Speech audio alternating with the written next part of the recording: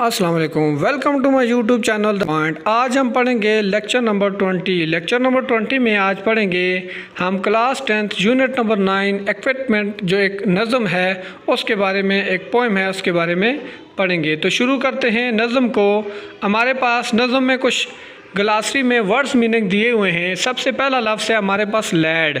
Lead का मतलब होता है लड़का, अ बॉय और यंग मैन। उसके बाद इक्विपमेंट है, इक्विपमेंट कहते हैं सामान को, आलात को, the necessary items, tool for a particular purpose. उसके बाद है फिगर आउट। फिगर आउट हमारे पास फ्रेज़ है और इसका मतलब होता है समझना।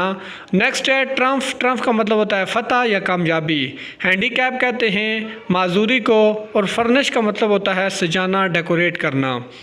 नेक्स्ट चाहते हैं जी हमारे पास choose the correct option.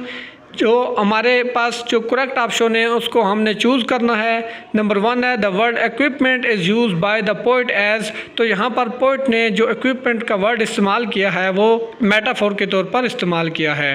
Number 2 है the poem equipment by Edgar Guest is in the form of dash from father to son. तो ये एक एडवाइस थी जो फादर ने अपने सन को दी थी।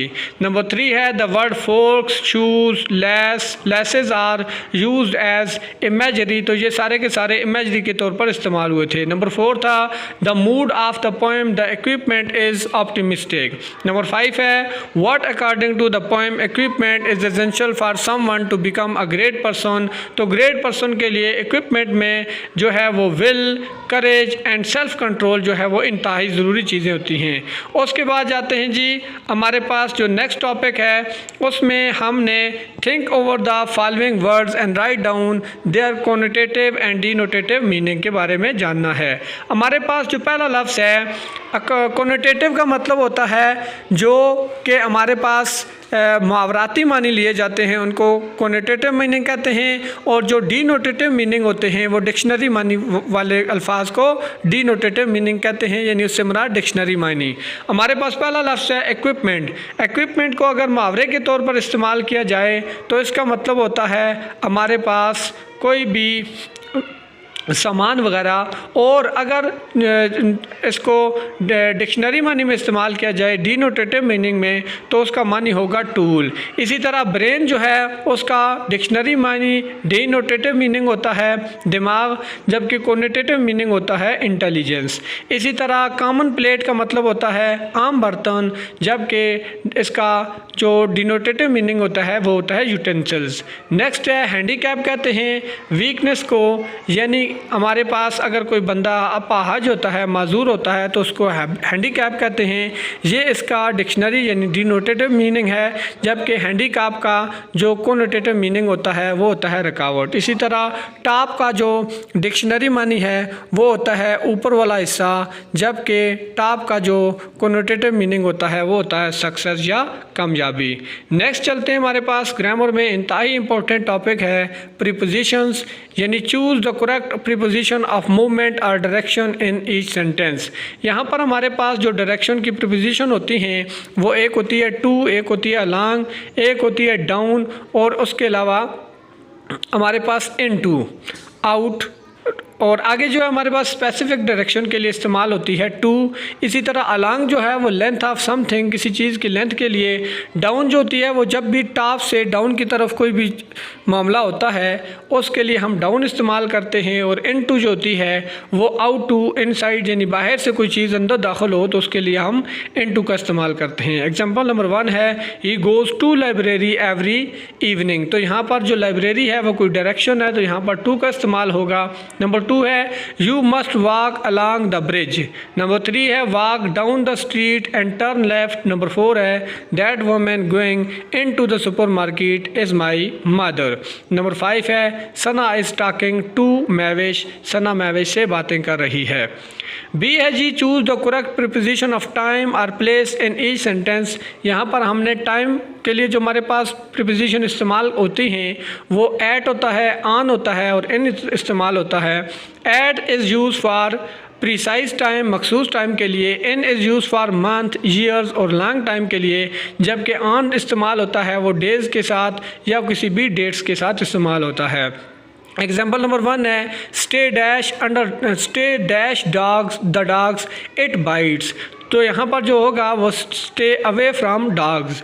नंबर 2 है please get up get the stage. तो यहाँ पर get off the stage the performance is about to start, यानी स्टेज से नीचे उतर आना। नंबर 3 है quick get the ball before it rolls down the hill.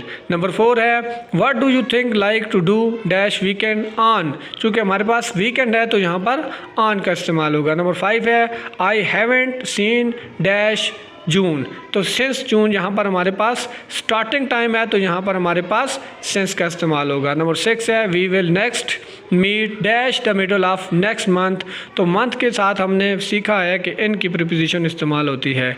Number 7 है our birthday is on the 6 June. तो यहाँ पर हमें डेट दी गई है तो डेट के साथ जो है वो हम हमेशा ऑन का इस्तेमाल करते हैं। नंबर 8 है he was born dash a farm. तो यहाँ पर हमारे पास जो प्रीपोजिशन इस्तेमाल होगी वो इस्तेमाल होगी ऑन ए फार्म। नेक्स्ट है हमारे पास prepositional phrase. A prepositional phrase is a group of word. Prepositional phrase जो होता है वो ग्रुप ऑफ वर्ड्स होता है कंसिस्टिंग ऑफ ए प्रीपोजिशन। इसमें प्रीपोजिशन होती है, इट्स सब्जेक्ट होता है and any word that modify the object, और कोई दूसरा लफ्ज़ होता है जो ऑब्जेक्ट को मॉडिफाई करता है।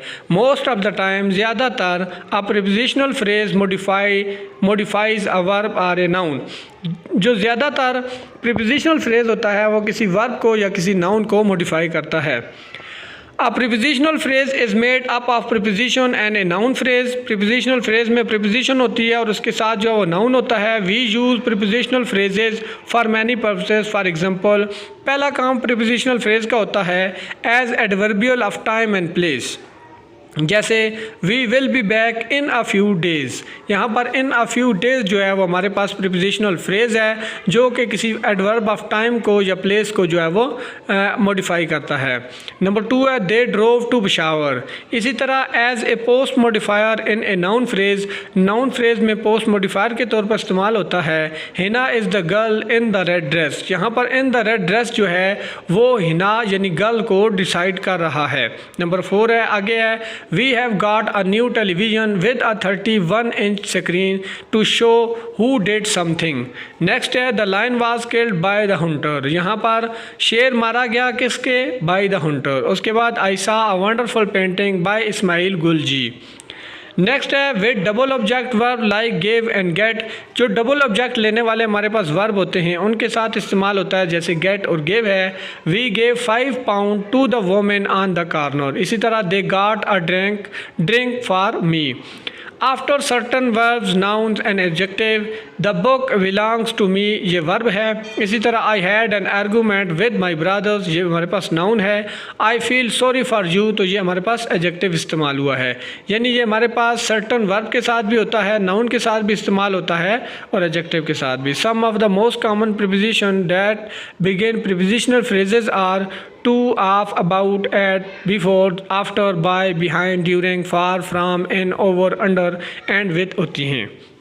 एग्जाम्पल देखें ही अराइव्ड इन टाइम, वो वक्त पर पहुंचा, तो इन टाइम हमारे पास प्रीपोजिशनल फ्रेज है। Is he really going to with his friend.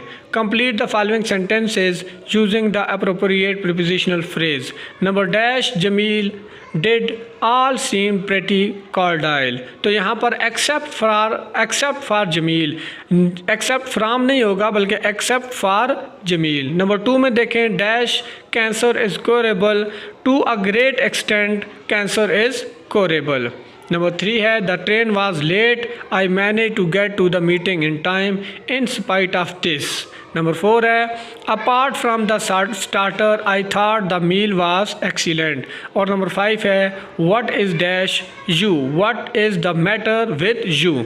तो ये थी आज की हमारी वीडियो कि जिसमें हमने प्रीपोजिशनल फ्रेज़ के बारे में सीखा।